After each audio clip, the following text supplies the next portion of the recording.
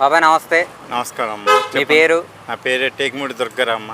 ఏం పని చేస్తారు? నేను ఏ సైకిల్ షాపు ప్యాచ్లు వేసుకుంటా బతుకుతూ ఉంటానమ్మా అలాగా. బాబాయ్ ఆ? ఇప్పుడు చూసుకుంటే ఆ, చంద్రబాబు గారు అధికారంలోకి వచ్చి 13 నెలలు అయింది. ఆ. పరిపాలన ఎలా ఉంది? పరిపాలన పర్లేదు, చంద్రబాబు నాయుడు గారి పరిపాలన. అయితే ఏంటంటే వికలాంగులకు కూడా ఆ 3,000 పెన్షన్ 6,000 చేశారు. ఇప్పుడు మాలాంటి 2 కాళ్ళు పని చేయకుండా ఉన్న వాళ్ళకి జీవనాధారం కింద చంద్రబాబు నాయుడు గారు 15,000 పెన్షను రేపు 10 నెల 9 నెలలోనో 10 నెలలోనో చేస్తామని అని అంటున్నారు. చేస్తే నిజంగా ఆయనకి పాలావందనాలు చేసుకుంటారు. మా వికలాంగులందరూ జన్మకి రుణపడి ఉంటారు.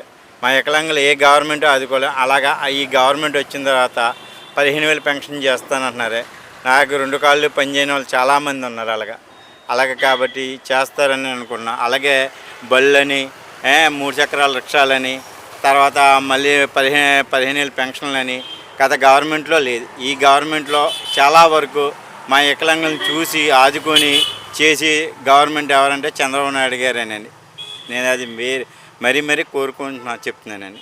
బాబాయ్ ఇప్పుడు చూసుకుంటే సూపర్ 6 పేరు మీద పథకాలు అమలు చేస్తున్నారు కదా, ప్రజలందరికీ ఆ సూపర్ 6 పథకాలు అందుతున్నాయా? అందుతున్నాయండి. అందకుండా ఎవరున్నారండి? అమ్మఒడి ఒకసారే పడింది. ఇప్పుడు 4-5 ఎంతమంది ఉంటే అంతమంది పిల్లలకి పడుతుంది. ఇప్పుడు ఎంతమందికి పిల్లలు ఉంటే అంతమందికి పడుతుంది. మరి నేనున్నాను, నా గత గవర్నమెంట్లో నాకు ఏ పథకాలకి డబ్బులు పడలేదు. అమ్మఒడి నాకు నా బాబుకి 10 సంవత్సరం. మరి ఇప్పుడు ఆ బాబుకి మొట్టమొదటిగా పడ్డదండి, 13,000 పడ్డాయి. చెప్తున్నాను కదండి.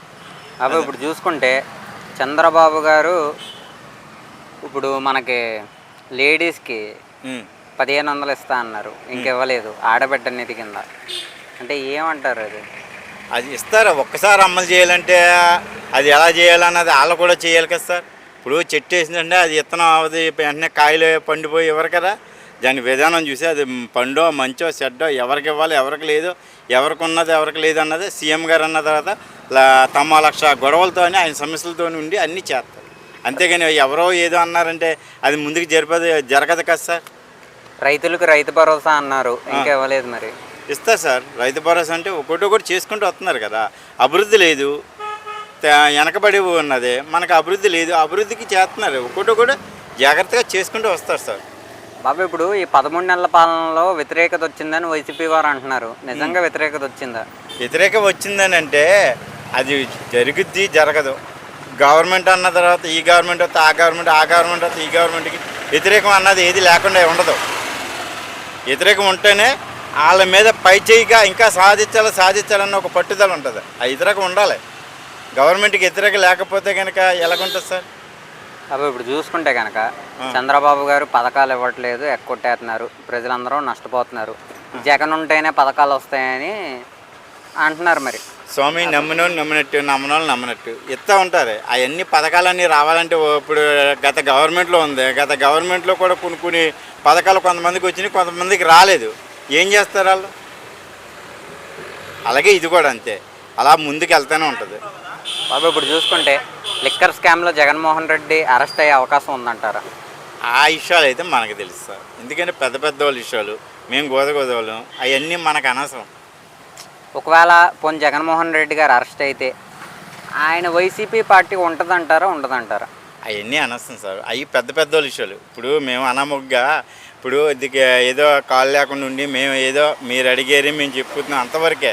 ఇప్పుడు అవన్నీ మేము అడిగితే మేము చెప్పిన కానీ ఎలాగుంటుందండి? బాగోదు. ఎమ్మెల్యే గారి పేరు సిరి బాలరాజు అండి. ఏ నియోజకవర్గం? ఏలూరు జిల్లా పోలవరం నియోజకవర్గం.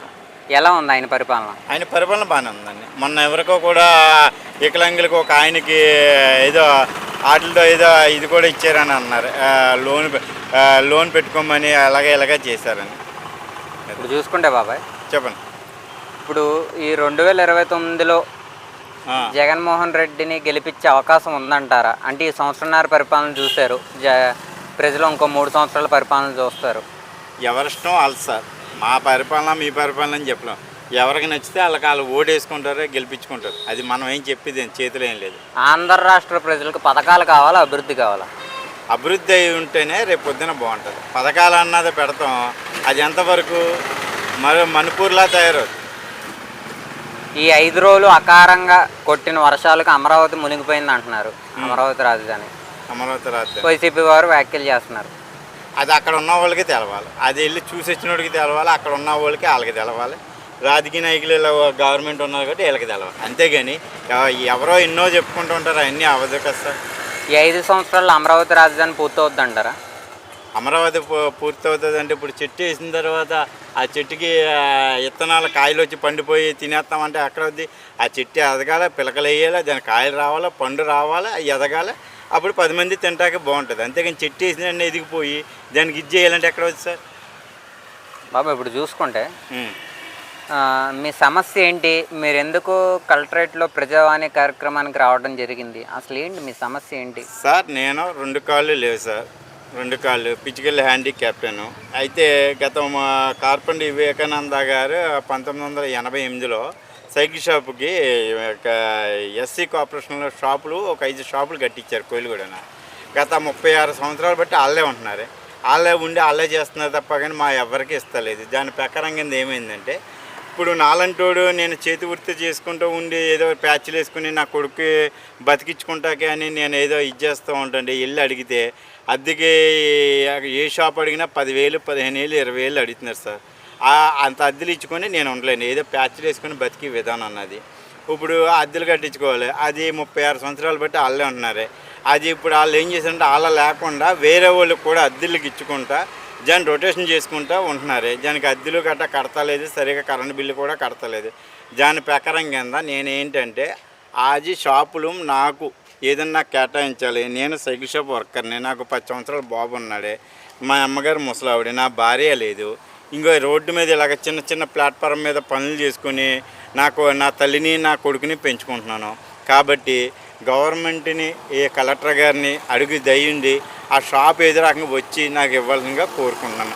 అందుకని దానికి అర్జీ పెట్టుకొని వచ్చాను సార్. అది పశ్చిమ గోదావరి జిల్లా, ఏలూరు జిల్లా, పోలవరం నియోజకవర్గం, కన్నపన్ రోడ్. ఇప్పుడు చూసుకుంటే ఈ ప్రభుత్వానికి 100కి ఎన్ని మార్కులు ఇస్తారు? 100కి 100 ఇచ్చేస్తారు బాబు. ఇప్పుడు రైతులకు అతి ముఖ్యంగా ఎంతో ముఖ్యమైనది పోలవరం ప్రాజెక్టు 5 సంవత్సరాల్లో పూర్తవుద్ది అంటారా? పోలవరం ప్రాజెక్టు 5 సంవత్సరాల్లో పూర్తవుతుందా అని అంటే గత నరేంద్ర మోడీ గారు జాతీయ ప్రాజెక్టు ఒకటి చేశారు. అది అంబేద్కర్, నెహ్రూ గారు ఉన్న టైంలో ప్రాజెక్టు, అది కొలుక్కు వచ్చింది 50 సంవత్సరాలు పట్టింది. ఇది కూడా అవుద్ది, కంగారు పడక్కల, అన్నీ సరి చేసుకుంటూ రావాలి, వాళ్ళకి నిధులు ఇవ్వాలి, వాళ్ళకి సప్లిమెంట్ చేయాలి, మళ్ళీ కాపర్ డ్యామ్ ఏదో డ్యామేజ్ అంటున్నారు, ఇవన్నీ చూసుకుంటూ రావాలి కదా సార్. ఇప్పుడు గత 5 సంవత్సరాల్లో విద్యా సంస్థలు ఎలా ఉన్నాయి, కూటమి ప్రభుత్వం వచ్చిన తర్వాత విద్యా సంస్థలు ఎలా ఉన్నాయి బాబు? అది చదువుకున్న విద్యా ఇప్పుడు మీ పిల్లలు చదువుతున్నారు కదా? మా పిల్లలు చదువుకున్న తర్వాత బాగానే ఉంది, టీచర్లు చదువు చెప్పే విధానమే కానీ బాగానే ఉంది. 5వ తరగతి పుస్తకాల నాణ్యత కానీ, బాగానే ఉన్నాయి, యూనిఫామ్ కానీ ఎలా అనిపించింది? అన్నీ బాగానే ఉన్నాయి. సరే బాబు, థ్యాంక్ యూ.